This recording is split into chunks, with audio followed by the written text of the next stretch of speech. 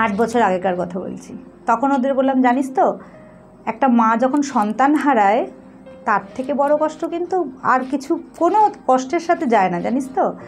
আমার কিন্তু একটা সন্তান আমি হারিয়েছি, আমি তো একজন মা, আমার একটি ছোট সন্তান আমি হারিয়েছি। তাহলে আমার কত কষ্ট বলতো, আমি তো ভুলতেই পারছি না, রাতকে রাত জেগে আছি। জানি আয় আজকেও আমি সেই ডেনরাইটটা তোদের সাথে নেব, তাহলে আমিও বুঝবো তোদের খিদের জ্বালা আমার মনের জ্বালা যদি কিছুটা মেটে। ওরা তখন বলছে, না ম্যাম এটা খুব বাজে জিনিস, তুমি খেও না।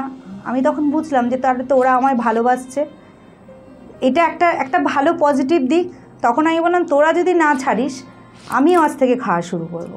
তখন ওরা আমার হাত দুটো ধরে আমাকে জড়িয়ে ধরে কেঁদেছিল। আমার আজকেও দিনটা মনে পড়ে যে ম্যাম আমরা চেষ্টা করব, তুমি আমাদের মায়ের মতো একটু ভালোবাসো, চেষ্টা করো। ওদের মা থেকেও নেই, তারা আছেই ওদের দিয়ে মানে শুধু কাজ করানোর জন্য।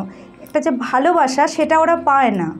সেই আমার শুরু হলো জার্নি, ভালোবাসার জার্নি, এখনও চলছে। ফুল পাখিদের আসর, এখন ওদের পড়িয়ে তো আমি কোনো বড় ডাক্তার বা কোনো ব্যারিস্টার বানাতে পারবো না, সেটা সম্ভব নয়। সব কিছুতে একটা নিয়ম থাকে।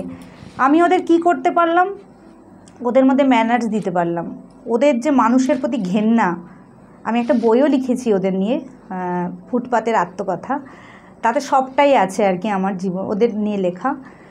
মানে ওদের মধ্যে না সুস্থ মানুষদের দেখলে ঘেন্না আসে, মানে ওরা মিশতে চায় না সুস্থ মানুষদের সাথে। মানে তারা তো আসবেই, শুধু ফটো তুলবে, খাবার দেবে, চলে যাবে। ওখানেই আমরা স্টোভ কিনলাম, ওখানেই ভাত বসাতাম, ভাত রান্না হচ্ছে, ওই গন্ধে ওরা পড়তো। এবার পড়ার পাশাপাশি দেখলাম আমি তো পড়িয়ে কিছু করতে পারবো না ওদের। তখন মনে হলো এমন কিছু করতে হবে আমাকে যেটা দিয়ে ওরা সুস্থ রাস্তায় আসবে।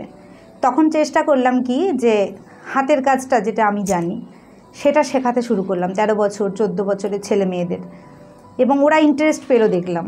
এবং সেইটা নিয়ে ওরা বিক্রি হয়, মেলায় বসি আমরা, ওদের নিয়ে আমরা বিক্রি করাই, ওরা নাচ গান শেখে, বিভিন্ন প্রোগ্রাম করে এখন, এবং আস্তে আস্তে নেশা থেকে মুক্ত হয়েছে।